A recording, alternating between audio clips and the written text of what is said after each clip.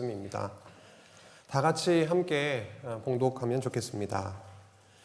하나님의 말씀은 살아있고 활력이 있어 좌우에 날선 어떤 검보다도 예리하여 혼과 영과 및 관절과 골수를 찔러 쪼개기까지 하며 또 마음의 생각과 뜻을 판단하나니 지으신 것이 하나도 그 앞에 나타나지 않음이 없고 우리의 결산을 받으시리에 눈앞에 만물이 벌거벗은 것 같이 드러나느니라. 히브리서 4장 12절에서 13절 말씀은 하나님의 말씀이 어떤 능력을 가지고 있는지를 너무도 잘 나타내주고 있습니다. 그 말씀은 운동력이 있기 때문에 능력의 말씀입니다. 우리의 모든 것을 꿰뚫고 우리가 아무리 감추려고 해도 그 말씀 앞에 서면 속에 있는 아주 작은 그림자까지도 우리의 숨겨둔 생각까지도 다 드러나게 됩니다. 그러나 우리는 대제사장 되신 예수 그리스도가 옆에 계시기 때문에 우리의 변호자가 되시기 때문에 아무런 두려움과 염려 없이 하나님의 나라의 백성으로 살아가는 특권, 그 은혜를 누리게 되었습니다. 오늘 함께 나누게 된 말씀의 제목은요, 오늘 앞에서 보고 계시듯이 종교개혁의 시작, 말씀의 붙들림이라고 하는 제목 아래에 우리에게 주신 하나님 나라 언약의 복음이라는 제목으로 함께 나누도록 하겠습니다. 1517년 10월 31일 날은 잘 알고 계실 텐데요. 1517년 10월 31일 날 독일의 마틴 루터가 교황의 면죄부 판매를 하게 되자 그것에 맞서 비텐베르크 교회 정문에 95개조 반박문을 붙이게 됩니다. 그래서 종교개혁의 불씨가 당겨지게 되었었죠. 그 당시 중세 교회는요, 부를 축적해 나가면서 세속화되어 가고 있었습니다.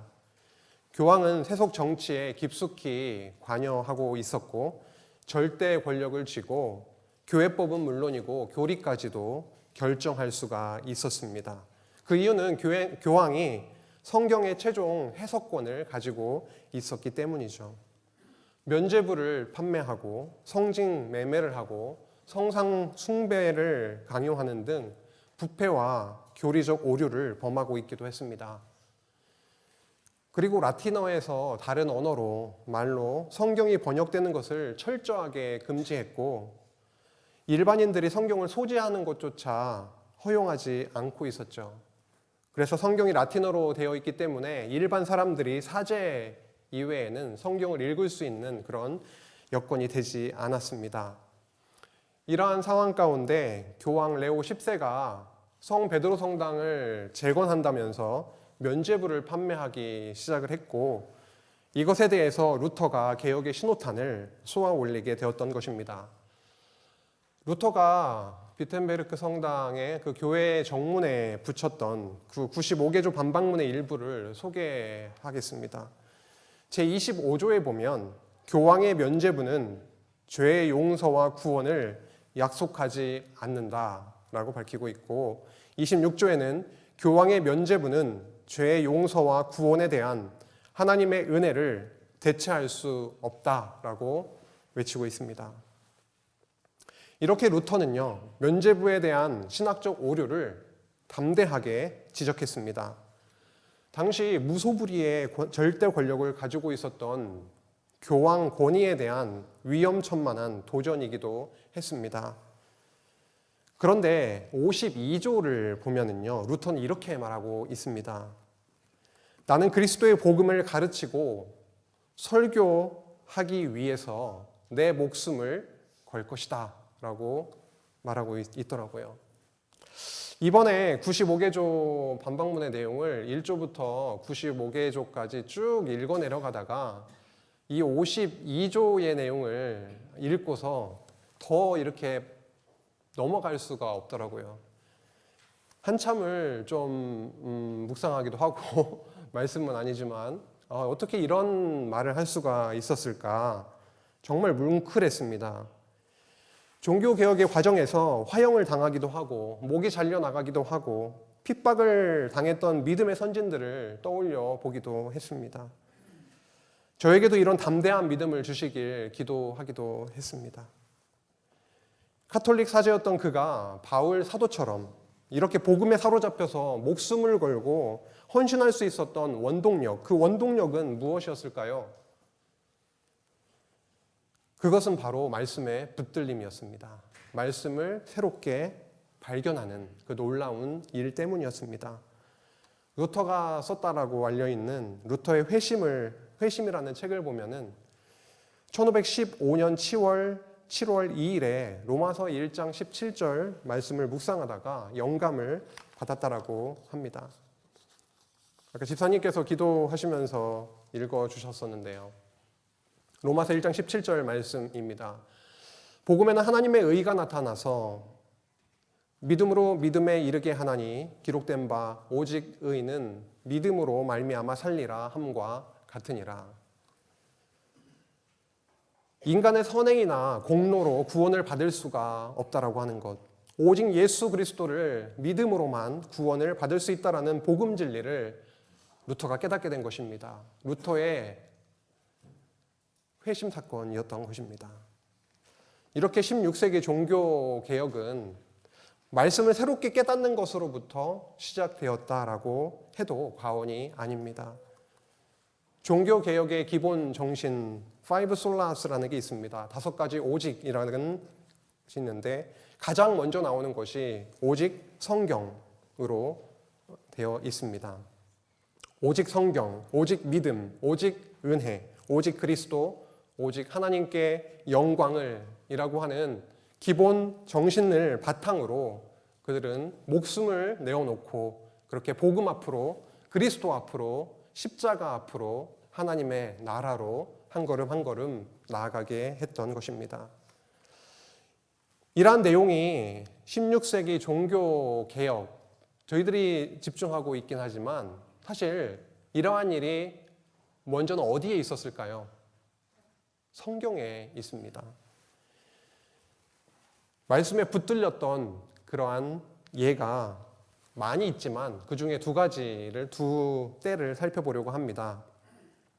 그 이전에 구약시대에 있었던 종교개혁이 이렇게 있었는데 이 말씀들을 보면서 종교개혁이라고 하는 게 무엇일까라고 한번 정리를 한번 해보았는데요.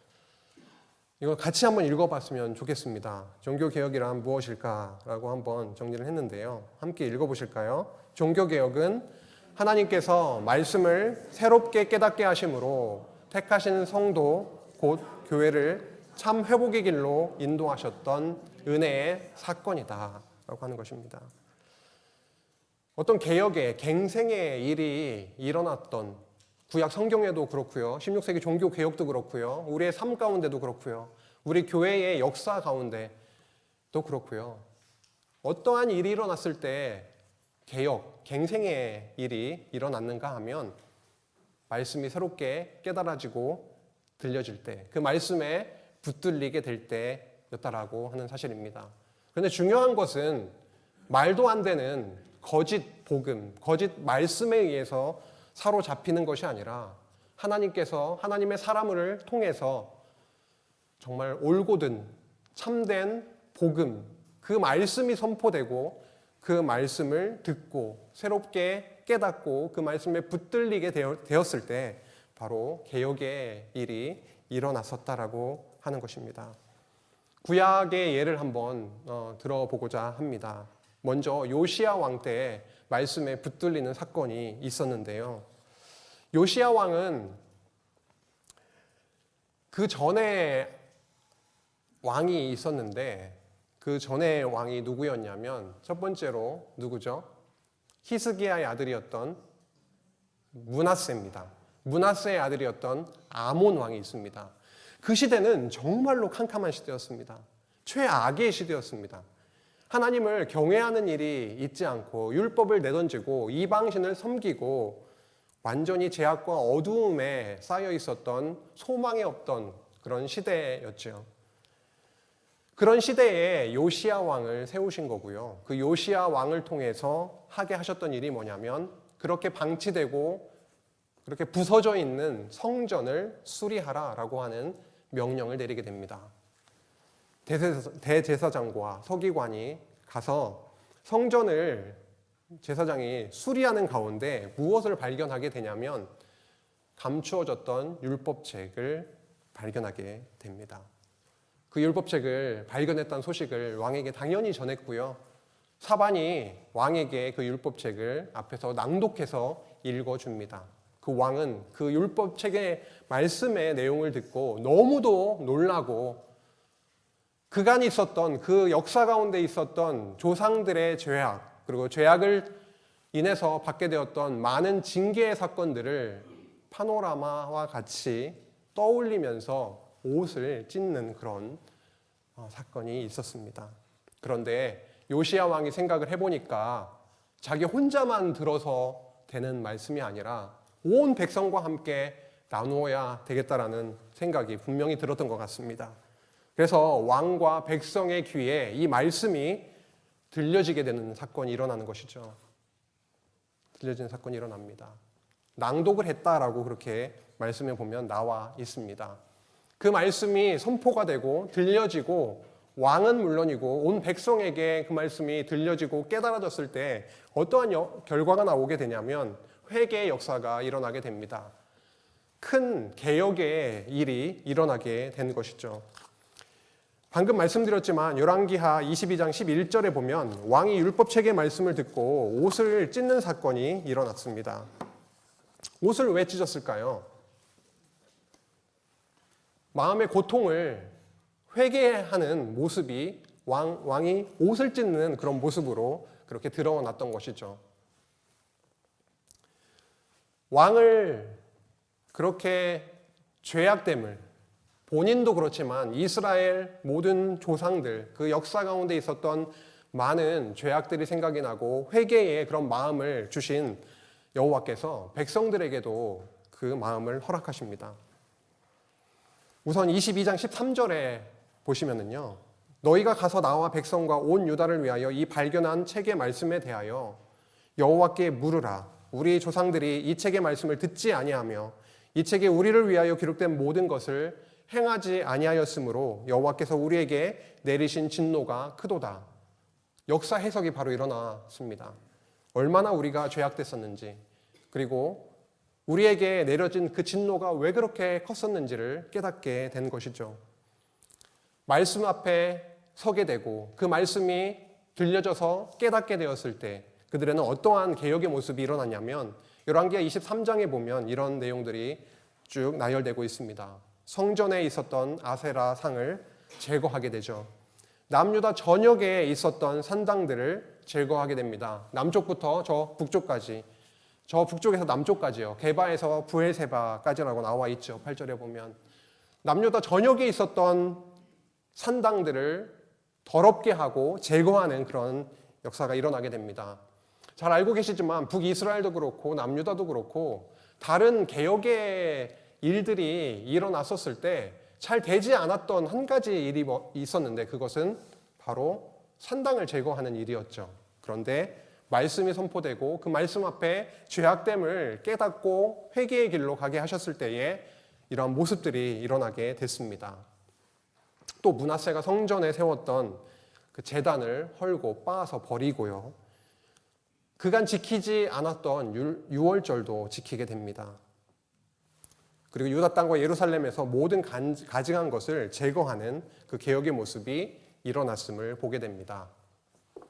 요시야 왕 때 있었던 이 갱생의 모습, 바로 무엇 때문에 가능했냐면 선포된 말씀, 들려진 말씀, 깨닫게 된 말씀, 그 말씀의 능력이 그들을 움직이게 했고 여호와께 나아가게 했다라고 하는 것을 보게 됩니다. 두 번째인데요. 한 가지 예를 더 들겠습니다. 느헤미야 때였습니다. 느헤미야 때는 성곽을 중건한 일이 있었죠. 그런데 그 무너졌던 성곽을 다시금 짓는 중건의 과정이 수월하지가 않았습니다. 여러 대적들이 끊임없이 방해 공작을 놓았었죠. 산발락과 도비아와 같은 자들이 방해를 놓았습니다. 그러나 하나님의 은혜로 52일 만에 그 성곽 중건 공사를 완료하게 되고요. 문짝을 달게 되고요. 그리고 느헤미야는 하나니와 하나냐를 통치자로 세워서 그렇게 그 나라를 이끌어가게 합니다. 그리고 감동을 주셔서 우리로 이 땅에 돌아오게 한 자가 누구였는지 그 귀한 자들의 계보를 또 쓰게도 했습니다. 근데 중요한 것은 7째 달이 되어서 백성들이 에스라에게 요청을 합니다. 학사 에스라에게 무엇을 요청을 하게 되냐면 우리에게 모세 율법책을 가져와 주기를 원한다. 율법의 말씀을 우리에게 들려주기를 원한다 라고 하는 요청을 하게 되는 거죠. 느헤미야 8장 8절에서 9절 말씀을 보면은요, 그때 에스라가 백성들 앞에서 강단 위에 서서 어떻게 했냐면 말씀을, 율법책을 낭독을 했습니다. 말씀을 선포한 것이죠. 8절에 보면요, 하나님의 율법책을 낭독하고, 에스라가 백성들에게 율법책을 낭독하고 그 뜻을 해석하여 백성에게 그 낭독하는 것을 다 깨닫게 하니, 근데 해석해서 깨닫게 한 자들은 누구였냐면 에스라가 낭독을 하고 있었고요, 백성들은 앞에 있었겠죠. 그런데 그 백성들의 곁에서 누가 함께 하고 있었냐면 레위인들이 옆에 함께 하면서 이 말씀이 어떠한 뜻인지를 풀어서 해석해서 알려줬다고 하는 것이죠. 그렇다 보니까 그들이 듣는 것이 아니라 무슨 뜻인지 몰랐을 때에 풀어서 해석해줘서 그 말씀을 다 깨닫게 하니, 어떤 말씀을 깨닫고 어떤 말씀은 잘 모르겠고가 아니라 다 소상하게 해석해주고 깨닫게 하니 백성이 율법의 말씀을 듣고 어떻게 됐다고요? 다 우는지라라고 나오고 있습니다. 말씀이 우리 안에 들어와서 우리가 죄인임을 깨닫게 하실 때, 예수 그리스도 아니면 우리가 살 수 없는 죄인임을 너무도 깊이 우리로 깨닫게 하실 때 우리는 어떻게 되나요? 울게 되죠. 눈물이 사라진 지가 참 오래된 것 같습니다. 우리 교회에 눈물이 사라진 지가 오래된 것 같습니다. 저도 대학교 때 CCC 활동을 하면서 엄청 많이 울었거든요. 근데 그때 이후로 이 말씀을 듣고 말씀운동, 성경신학, 언약 성취의 이 말씀을 듣고 이상하게 저에게 일어난 현상이 뭐였냐면 이성이 발달하니까 눈물이 사라지더라고요. 백성들에게 이 말씀이 선포되고 깨달아졌을 때 일어났던 일은 뭐냐면 죄인이구나. 내가 성전 없이는, 여호와 하나님의 용서 없이는 살 수 없는 죄인이구나 라고 하는 것을 깨닫고 나서 옷을 찢다는 마음을 찢는 거죠. 너무 고통스럽고 죄인임을 하나님 앞에 인정하고 그리고 울게 되는 일이 벌어지고 있었다라고 하는 것입니다. 느헤미야 8장 10절 하반절에 보면 이런 말씀들이 있죠. 느헤미야가 이렇게 얘기합니다. 이 날은 우리의 주의 성일이다. 너무도 기쁘고 귀한 날이다. 근심하지 말라. 여호와로 인하여 기뻐하는 것이 너희의 힘이다. 우리 성도의 힘은 무엇입니까? 무엇이 우리의 힘입니까? 말씀이 제대로 깨달아져서 우리의 삶이 해석되고 우리에게 무슨 일이 닥쳐오든지 하나님의 뜻이 있겠지. 오히려 하나님을 바라보게 되고 나의 고다졌던 그 목이 부드러워지고 하나님 앞에 목을 조아리게 되는 기도의 자리로 가게 되는 그러한 일들이 우리에게 기쁜 일이고 힘이 되는 일이 아닙니까? 우리의 주머니가 두둑해지고 나의 지위가 좀 있어지고 했을 때 그게 진정한 힘인가요? 저도 50년 후면 하나님께 갈 것 같습니다. 너무 많이 잡았나요? 어차피 죽어요. 저도 죽을 겁니다. 죽는 날이 막 굉장히 기다려지고 그런 건 아닌데 정말 확실한 건 뭐냐면 죽는다. 나도 죽는다. 외람되지만 장로님, 권사님 앞에서 말씀드리기 그렇잖아요. 저도 곧 죽습니다.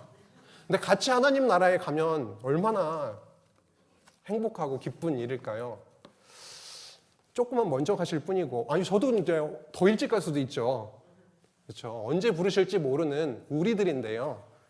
정말 우리에게 있어서 힘이 무엇인지, 기쁨이 무엇인지 8장 12절에 보니까 이렇게 나와 있네요. 모든 백성이 곧 가서 먹고 마시며 나누어 주고 크게 즐거워하니 이는 왜냐하면 그들이 그 읽어 들려준 말을 밝히 암이라. 읽어서 낭독해서 들려진 그 율법의 말씀이 무슨 뜻인지 밝히 알게 되니까 너무 즐거운 거예요. 오늘 즐겁기 위해서 즐거우면 좋겠죠. 오늘 내일 사경회를 통해서 선포되는 그 말씀을 우리 가슴으로 깨닫고 이 가슴이 뜨거워지고 즐겁게 되기를 정말 소망하게 됩니다. 구약의 이러한 말씀 선포, 그 말씀의 능력이 이러한 일을 하셨는데요. 그리스도께서 이루신 참 개혁의 모습을 이제 좀 살펴보려고 합니다. 구약에 많은 예들이 있죠. 그런데 이제 신약으로 좀 넘어올게요. 그리스도께서 이루신 참 개혁의 모습입니다.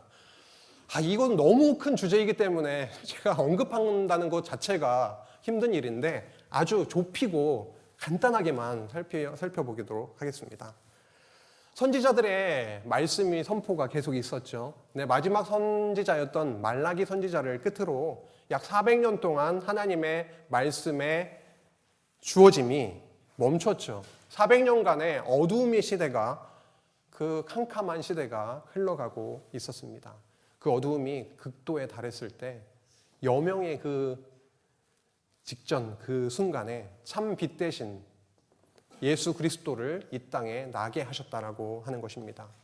그런데 놀라운 사건은 그 어두움, 칠흑 같은 그 어두움 가운데 참 빛이 비추어졌는데 화들짝 놀래야 되는데요. 그게 아니라 빛이 어두움에 빛이 돼 어두움이 깨닫지 못하더라라고 요한복음 1장 5절에 말씀하고 있습니다.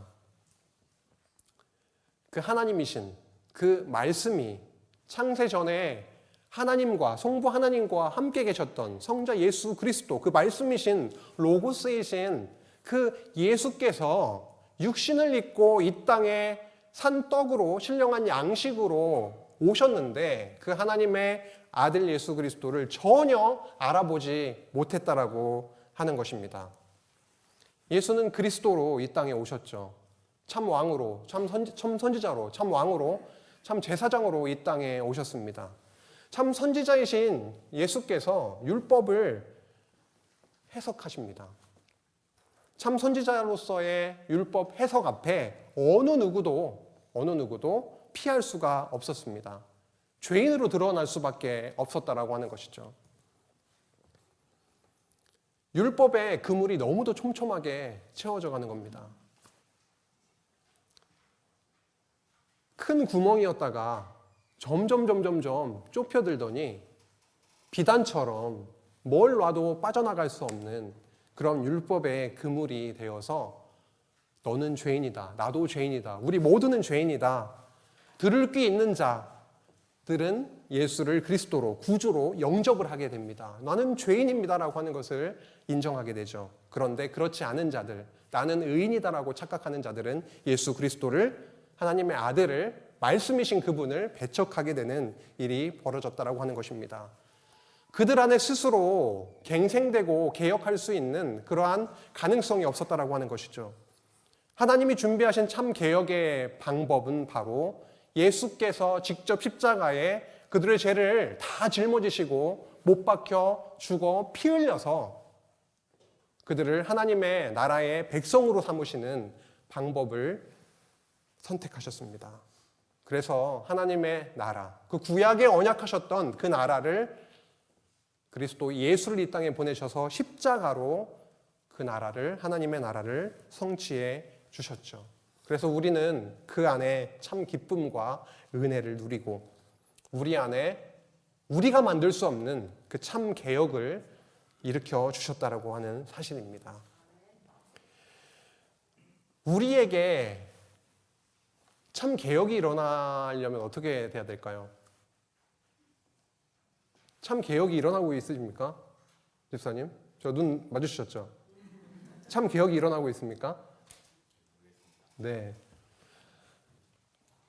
우리 안에 참 개혁이 이미 일어났고 소망하건대 계속 끊이지 않고 ongoing 계속 그렇게 참 개혁의 일이 일어나기를 바라는데요. 우리에게 주신 하나님 나라 복음의 언약의 복음을 통해서 일어나기를 간절히 소망하게 됩니다.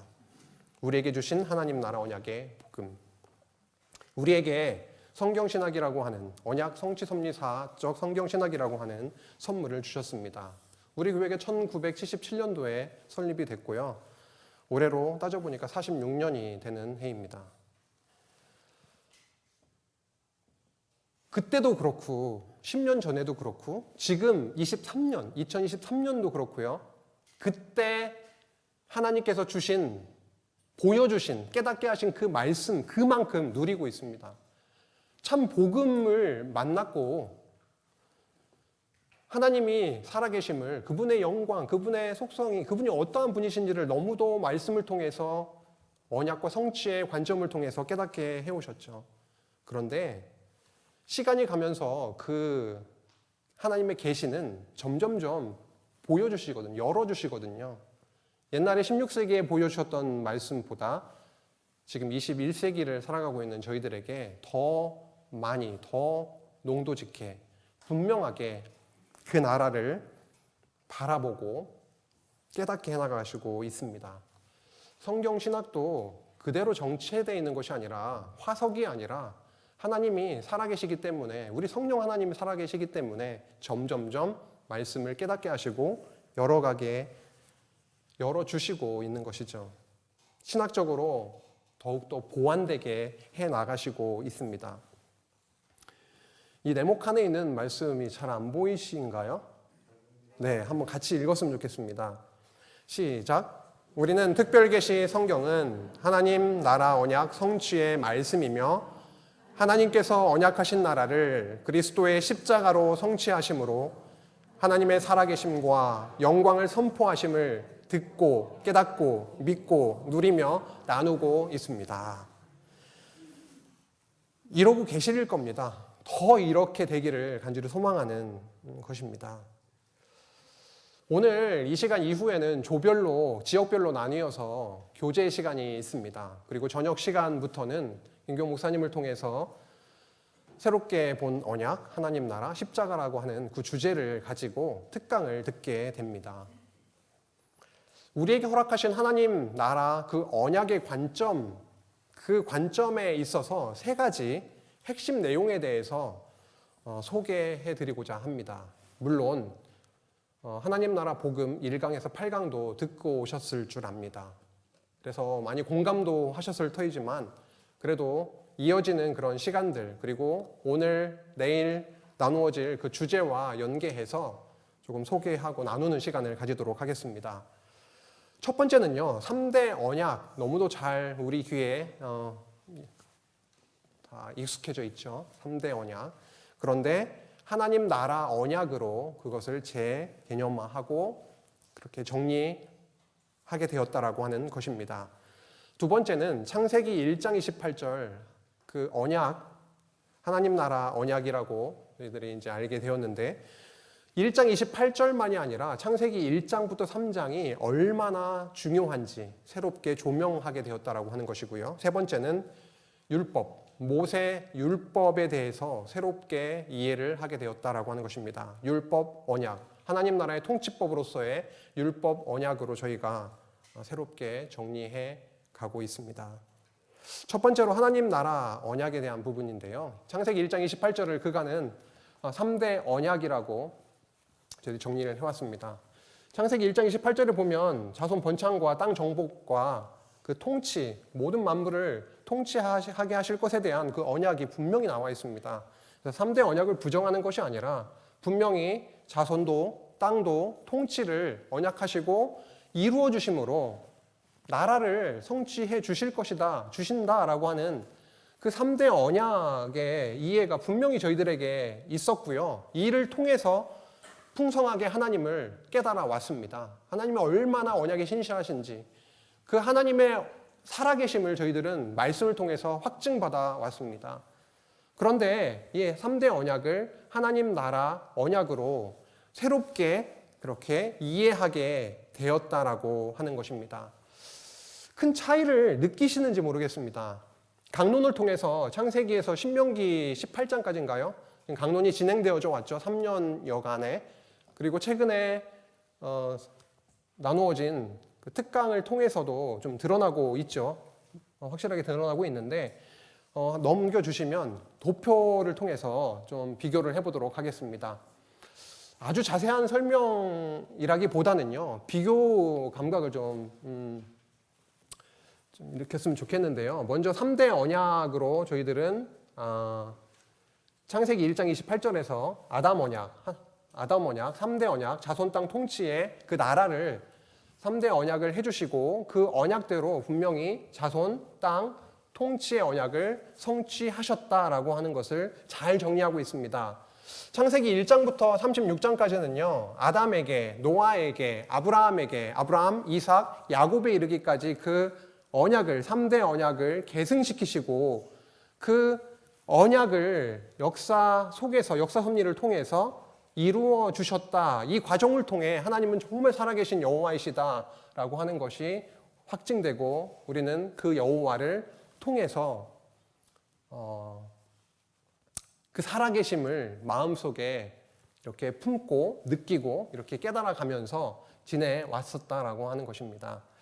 그런데 여기에 보시면은요, 중요한 부분이 뭐냐면 언약하시고 그 언약을 이루어 나가시는데 그 아래쪽에 보면은 언약이 나열되어 있습니다. 구약 성경에 보면은 뭐 6개라고 할 수 있고 7개라고도 할 수 있는데 보통 아담, 노아, 아브라함, 모세, 그리고 다윗, 새 언약 이렇게 6개로 이렇게 볼 수 있는데요. 모세 율법 언약은 다시 한번 모압 땅에서 모세 율법 언약을 완전히 요약을 해버리죠. 그래서 모세 언약의 요약판이라고 할 수가 있기에 6개의 언약이 이렇게 드러나고 있습니다. 근데 성경 개론을 보시고 이렇게 우리가 살펴보면은 아담 언약도 중요하고 노아 언약, 아브라함 언약이 다 중요한데 이 언약의 흐름으로 흘러가고 있다라기보다는 자손, 땅, 통치의 역사, 성취, 섭리를 중심으로 해서 그 아래에 언약이 등장이 되고 언급이 되고 있습니다. 최근에 저는 다윗 언약에 대해서 좀 살펴보고 노예에서도 함께 나누는 기회가 있었는데요. 사무엘하 7장이죠. 사무엘하 7장에 보면은 여호와께서 다윗과 언약했다라고 하는 그 언약이 등장이 되고 있긴 하지만 통치, 언약, 성취, 섭리 흐름 속에서 등장이 되고 있다라고 하는 것이죠. 통치 언약이 이루어진 게 더 큰 범주입니까? 아니면 자손 땅 통치로 이루실 하나님의 나라가 더 큰 범주입니까? 당연히 나라가 더 큰 범주입니다. 다윗 언약은 단순히 왕에 대한 통치에 대한 언약을 이야기하고 있지 않습니다. 그간 이루어 주신 그 자손 땅 통치로 이루어 주신 하나님의 그 나라를 예수 그리스도께서 오셔서 어떻게 이루어 주실지를 바라보게 하는 언약입니다. 결국은 3대 언약을 다 몸소 다 받고 흡수해서 이제는 예수 그리스도를 예수를 통해서 이루실 그 나라를 바라보게 하는 굉장히 중요한 언약입니다. 그런 차원에서 봤을 때 통치 언약 하위에 다윗 언약을 언급을 하고 이해하고 넘어가는 정도로는 이 성경 전체의 흐름을 파악하기가 그렇게 용이치 않고 힘이 듭니다. 여호와의 언약과 그리스도 성취로 그렇게 언약과 성취로 언약 성취 섭리사니까요. 그런데 무엇을 언약했느냐? 이것이 명확하게 자손 땅 통치를 3대 언약, 자손 땅 통치를 언약했다. 그리고 그리스도께서 오셔서 구약에 언약하시는 것을 이루어 주셨다. 예수께서 오셔서 이루어 주셨고 성령께서 예수의 부활, 죽음, 부활, 승천한 다음에 언약하신 성령을 보내주셔서 이루어 주셨다라고 하는 그런 구도입니다. 너무 길게 설명을 하지 않겠습니다. 다음으로 그러면 3대 언약에서 하나님 나라 언약 성취의 관점, 그 구도로 다시 한번 재조정을 해 보겠습니다. 방금은 언약들이 아래에 이렇게 있었지요. 그런데 3대 언약이 아니라 저희가 하나님 나라 언약으로 보게 되었다라고 하는 것인데요. 그러다 보니까 언약이 굉장히 중요합니다. 아담에게 하신 언약, 하나님 나라 그 언약을 둘째 아담, 마지막 아담 예수 그리스도의 십자가로 이루신다라고 하는 것이고요. 세우신 그 언약을 이건 실체적으로 언약하신 거고 아브라함에게는 모형적으로 언약하셔서 이루어 주시는데요. 가운데 노아 언약이 끼어 있네요. 노아 언약에 대한 이해가 중요하긴 합니다. 실체 언약과 뒤에 모형적인 언약을 연결해 주죠. 그들이 아무리 범죄하고 다 멸절당에 마땅한 그들임에도 불구하고 그것을 언약을 폐하는 것이 아니라 분명히 이루어 주겠다라고 하는 것을 알려주시기 위해서 노아에게 언약을 세우시고 아브라함에게 모형적인 언약을 하나님 나라 언약을 세우셔서 이루어 가시는 거죠. 아브라함 언약 다음에 모세 언약이 나오네요. 아브라함 언약은 하나님의 나라를 언약하시는 언약이고 모세 언약은 그 나라를 통치하는 통치법으로서의 율법 언약인데 그 율법 언약의 방식으로 이 율법 언약의 핵심이 뭡니까? 죄인이 되고 그리고 성전으로 다시금 살리는 언약 아닙니까? 결국은 세우신 그 하나님 나라 언약을 성전을 율법 언약의 핵심인 성전을 통해서 이루어 주겠다. 너희들의 나라는 제사장 나라이다. 너희들은 거룩하지 못한 백성들인데 내가 성전을 통해서 거룩한 백성 삼아서 그 나라를 이루어 주겠다라고 하는 그 언약이죠. 앞서 이루어 주신 그 언약을 다윗 언약을 다 몸소 다 받아서 성취해 주심을 다 받아서 이제는 아들을 통해서 그리고 성전을 통해서 성전이 중심이거든요. 굉장히 중요한 핵심입니다. 너의 씨를 통해서 성전을 세울 것이고 그 성전을 통해서 결국은 나라를 이루어 주겠다라고 하는 결국 씨로 오신 진정한 씨로 오신 자손으로 오신 예수 그리스도 하나님의 아들을 통해서 그 나라를 이루어 주겠다라고 하는 것이죠. 그런데 새 언약이 나오네요. 다윗 언약을 하시고 어떻게 이 다윗 언약을 이루실 것이냐면 새 언약을 통해서 그리스도의 피를 통해서 십자가를 통해서 이루어 주실 거다라고 하는 것입니다. 제 설명이 김 목사님보다는 굉장히 풍성하진 못하지만 보시면 어떤 느낌이 드세요? 아, 구약 성경이라고 하는 것이 역사 섭리가 다른 게 아니라 하나님 나라를 언약하시고 줄기차게 너희들이 죄인임에도 불구하고 거룩하지 못함에도 불구하고 내가 거룩한 백성 만들어서 그 나라를 분명히 세워주겠다라고 하는 그 역사 섭리라고 하는 것입니다. 그 과정에서 뭐가 등장이 됩니까? 자손, 땅, 통치에 이루어지는 건 너무 중요하죠. 왜? 나라의 3요소니까요. 나라를 언약하시고 그 언약대로 나라를 언약하셨습니다. 여기에서 창세기 36장까지. 그렇죠? 노아에게, 아담에게, 그리고 노아에게, 아브라함에게, 그리고 그 이삭과 야곱에게 언약하시고 그 언약을 자손번창과 땅 정복과 왕을 세워서 결국 그 나라를 이루어 주신다라고 하는 그 성취 섭리는 너무 중요하죠. 하지만 더 핵심은 뭐냐면 이를 통해 세우신 나라를 이루어 주신다. 그리스도를 통해서 이루어 주신다. 그래서요, 하나님 나라를 언약하셨죠. 구약에. 그리고 신약에 와서는 둘째 아담 그리스도를 통해서 하나님 나라를 성취해 주셨다라고 하는 것이 성경 66권의 줄기입니다. 너무 심플하고 강력하죠. 하나님 나라 관점으로 보게 되었을 때 성경 전체가 언약으로 그리고 그 언약의 성취로 그 중심에는 예수 그리스도의 십자가가 자리 잡고 있다라고 하는 것입니다. 그리고 중요한 것은 이제 창세기 1장에서 3장 문제입니다. 왜 그것이 그 내용이 그렇게 중요한지에 대한 것인데요. 다음으로 넘어갈게요. 창세기 1장, 2장, 3장 최근에 들으신 특강 1강에서 8강 하나님 나라 복음 그 특강에서 보시면은 좀 이제 몇 강이 흘러갔겠죠. 흘러가면은 창세기 1장에서 3장 특강이 있습니다. 거기에 보면 세 부분으로 이렇게 나누어서 설명을 해주셨죠. 굉장히 논리적으로 흘러가고 있습니다. 여기서 자세하게 설명을 할 수는 없지만은 1장 1절에서 2장 3절까지는요. 그 창조를 하시죠. 그 언약을 세우시기 위해서 준비하시고 언약을 세우시고 이런 하나님의 나라를 언약하시는 내용이 첫 부분에 딱 나오고요. 그 언약하신 그 나라를 이루어 주시는 거죠. 어디에서요? 에덴에서요. 에덴에서. 거기에 백성을 두시고요. 에덴이라는 땅을 주시고요. 통치자를 주셔서 또 하나님을 섬기게 하심으로 이렇게 그 에덴에서 하나님의 나라를 이루어 주시는 모습을 보여주십니다. 그리고 여기에 언약을 세우시죠. 선악과 언약을, 그 율법 언약을 세우시는 내용이 여기에도 나오고 있지요.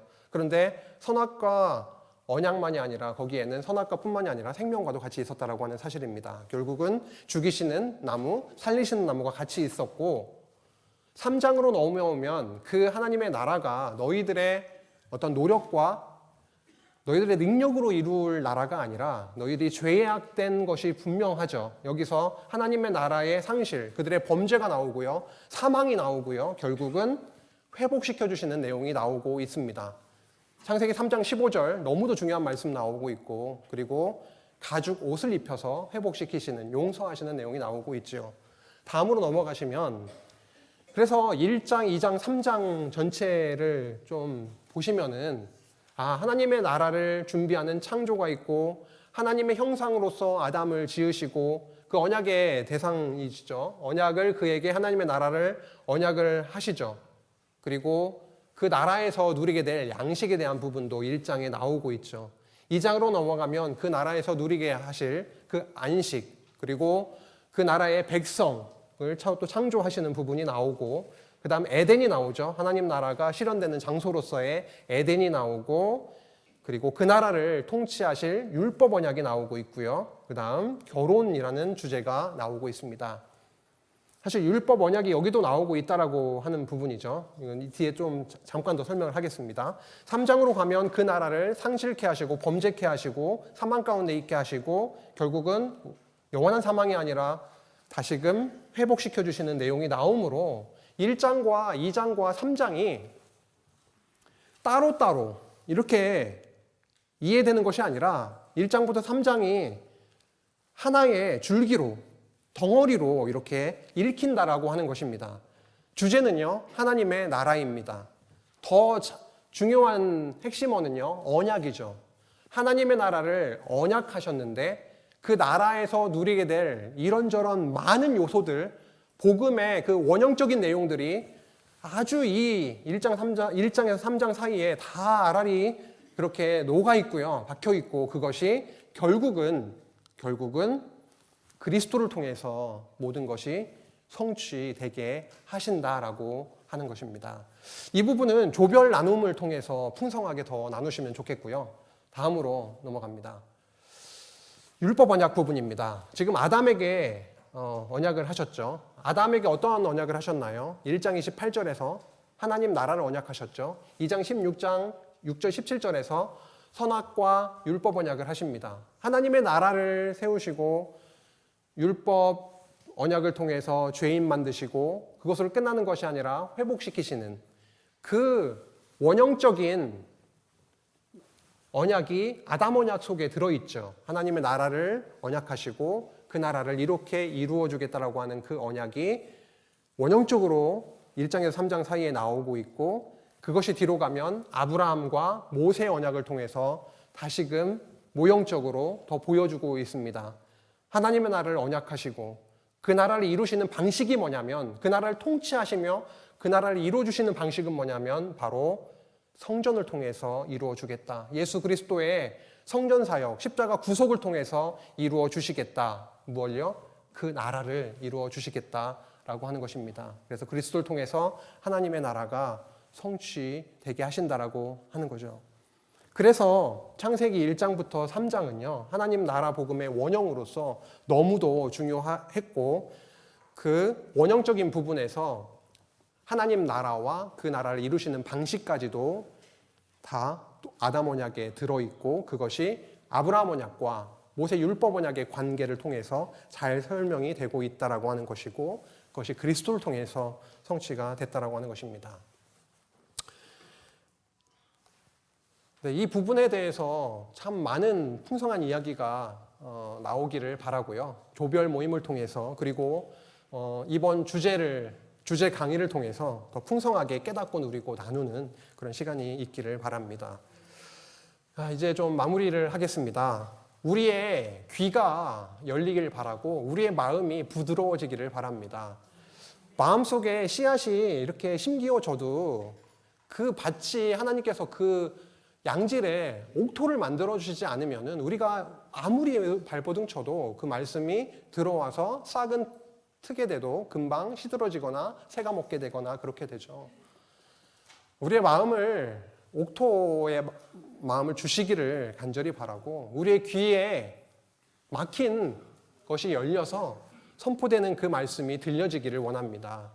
구약시대 때도 그랬잖아요. 하나님의 율법책이 발견이 되었고 그 말씀이 선포되고 들려지고 깨달았을 때에 놀라운 변혁, 갱생이 일어났던 것처럼 우리의 오늘 내일의 시간을 통해서도 하나님 나라 언약 복음이 선포가 되고 십자가가 선포가 되고 그 하나님의 나라가 우리 안에 더욱더 현실적으로 또 리얼하게 깨닫고 누려지기를 간절히 바랍니다. 그런 일이 끊이지 않기를 바랍니다. 우리가 할 수 있는 일은 아니죠. 하지만 우리의 소망이 있습니다. 그리고 확실한 것은 무엇이냐면 하나님이 우리 교회 안에 말씀을 선포하고 계시다라고 하는 것이고, 그 말씀이 공중에 떠가지고 그냥 쏟아져서 의미 없는 말씀이 아니라 많은 성도님들이 듣고 깨닫고 감동받고 그리고 나누는 일들이 분명히 이루어져 나가고 있다라고 하는 사실입니다. 온도차는 있을 수 있습니다. 하지만 성령 하나님은 살아계시고 우리와 함께하고 계시고, 우리를 누구는 깨닫고 누구는 못 깨닫기를 원하시는 것이 아니라 하나님의 정하신 때가 되면은 누구든지 그 말씀을 듣고 깨닫고 우리에게도 눈물이 다시금 솟아나고 예수 그리스도의 십자가가 더 밝히 보이고 그 십자가로 나아가는 일이, 참 개혁의 일이 우리 안에 더 풍성하게 있게 하시기를 간절히 원합니다. 모든 일이 일어나도 모든 영광은 하나님께 돌려질 수밖에 없습니다. 우리는 죄인이고 은혜를 받을 자들이고 말씀이 들려질 자들이기 때문입니다. 기도하시겠습니다. 하나님 아버지 감사합니다. 저들처럼 죄인이고 우둔한 자들에게, 벌레보다도 못한 자들에게 하나님의 말씀을 들려주셔서 감사합니다. 하나님의 나라를 말씀을 통해 확인하고 이론적으로가 아니라 우리의 지체를 통해서, 우리의 교회를 통해서 더 깨닫고 누리게 하시니 감사합니다. 우리의 입을 열어주시고 우리의 귀를 열어주시고 우리의 마음을 열어주셔서 오늘 내일 선포되는 하나님 나라 언약의 복음을 더 깊이 누리고 새롭게 들려지기를 간절히 바라오며 예수님의 이름으로 기도했습니다. 아멘.